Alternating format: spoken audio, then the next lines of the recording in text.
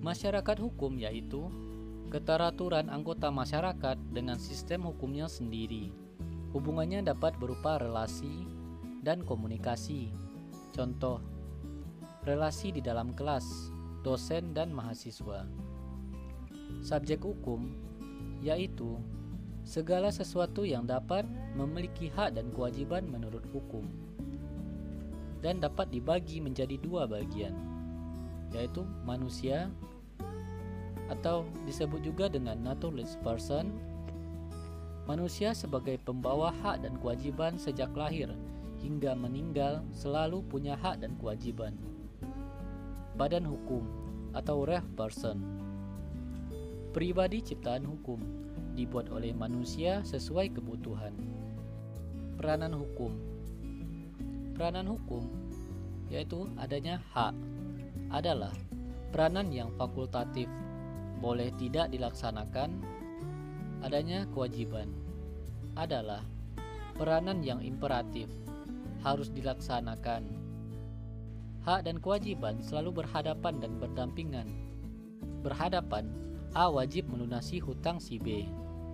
B berhak menagih hutang kepada si A.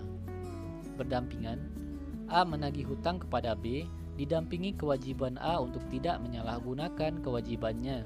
Misal, mengancam dengan mengirimkan penagih hutang atau membebani dengan bunga yang sangat tinggi. B berkewajiban melunasi hutang, didampingi hak untuk melawan gangguan terhadap pelunasan hutang tersebut. Peristiwa hukum. Peristiwa yang membawa akibat yang diatur oleh hukum. Peristiwa yang menimbulkan adanya perkembangan hukum. Ada 3 kelompok peristiwa hukum.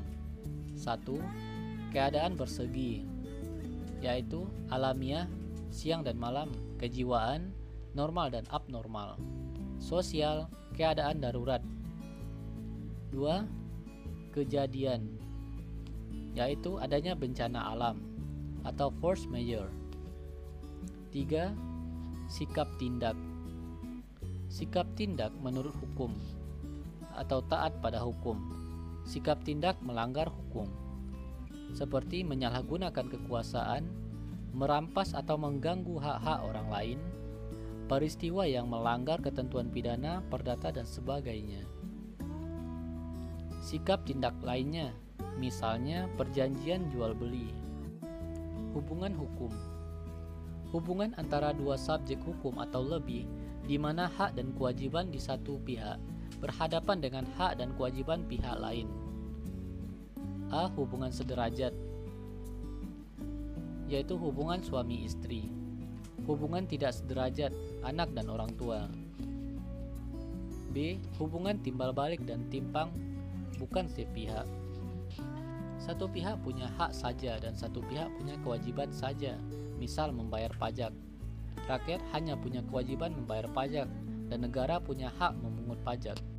Macam hubungan hukum, bersegi satu, pihak yang satu hanya punya hak dan pihak yang lain hanya punya kewajiban. Contohnya pajak. Bersegi dua, kedua pihak masing-masing berhak meminta sesuatu dari pihak lain dan berkewajiban memberi sesuatu pada pihak lain. Contoh, jual beli. Satu pihak wajib membayar baru berhak menerima barang. Pihak lainnya berhak menerima pembayaran dan berkewajiban menyerahkan barang. Dan yang terakhir, objek hukum. Kepentingan dari subjek hukum atau segala sesuatu yang berguna bagi subjek hukum dan bisa menjadi pokok dari suatu hubungan hukum. Objek hukum dapat dibagi menjadi dua, yaitu material, berwujud benda yang nyata, misalnya laptop, motor, dan lain sebagainya. Immaterial, berupa sesuatu yang memiliki daya guna bermanfaat, misalnya listrik, pulsa, hak cipta, dan sebagainya.